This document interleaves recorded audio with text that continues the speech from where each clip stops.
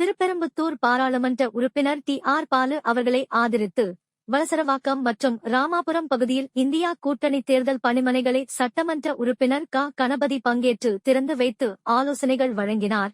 சென்னை மாவட்டம் திமுக தென்சென்னை தெற்கு மாவட்டம் மதுரவாயல் தெற்கு பகுதி வளசரவாக்கம் 152வது வட்டம் டாக்டர் அம்பேத்கர் சாலை கோபால் அவென்யூ அருகில் 15வது வட்ட தேர்தல் பணிக்குழு தலைவரும் வட்ட அவைத்தலைவருமான ஜே. பாஸ்கரன் தலைமையில் மாமன்ற உறுப்பினர் ச. பாரதி அண்ணாவேலவன் முன்னிலையிலும் ராமாபுரம் 154 மற்றும் 155 ஆகிய வட்டம் ஆலமரம் அருகில் மாமன்ற உறுப்பினரும் திமுக பொதுக்குழு உறுப்பினருமான ராமாபுரம் பா. செல்வகுமார் தலைமையிலும் திருப்பெரும்புத்தூர் பாராளுமன்ற உறுப்பினர் டி.ஆர். பாலு அவர்களை ஆதரித்து இந்தியா கூட்டணி தேர்தல் பணிமனைகள் திறப்பு விழா நடைபெற்றது.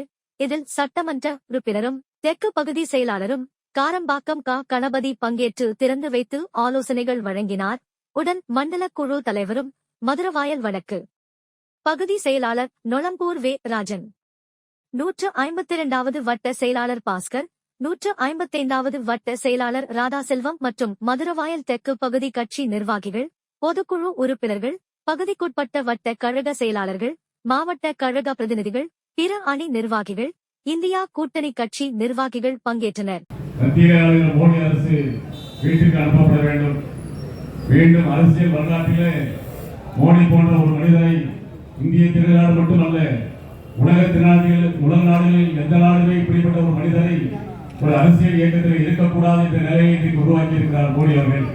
அதற்காக இன்றைக்கு அவர் அகற்றப்பட வேண்டும், ஒழிக்கப்பட வேண்டும் என்றுதான் இன்றைக்கு இந்தியா கூட்டணி இன்றைக்கு காங்கிரஸ் பெரிய இயக்கத்துடைய தலைமையில இன்றைக்கு இந்திய அளவே இன்றைக்கு கூட்டணி உருவாகி இருக்கிறது.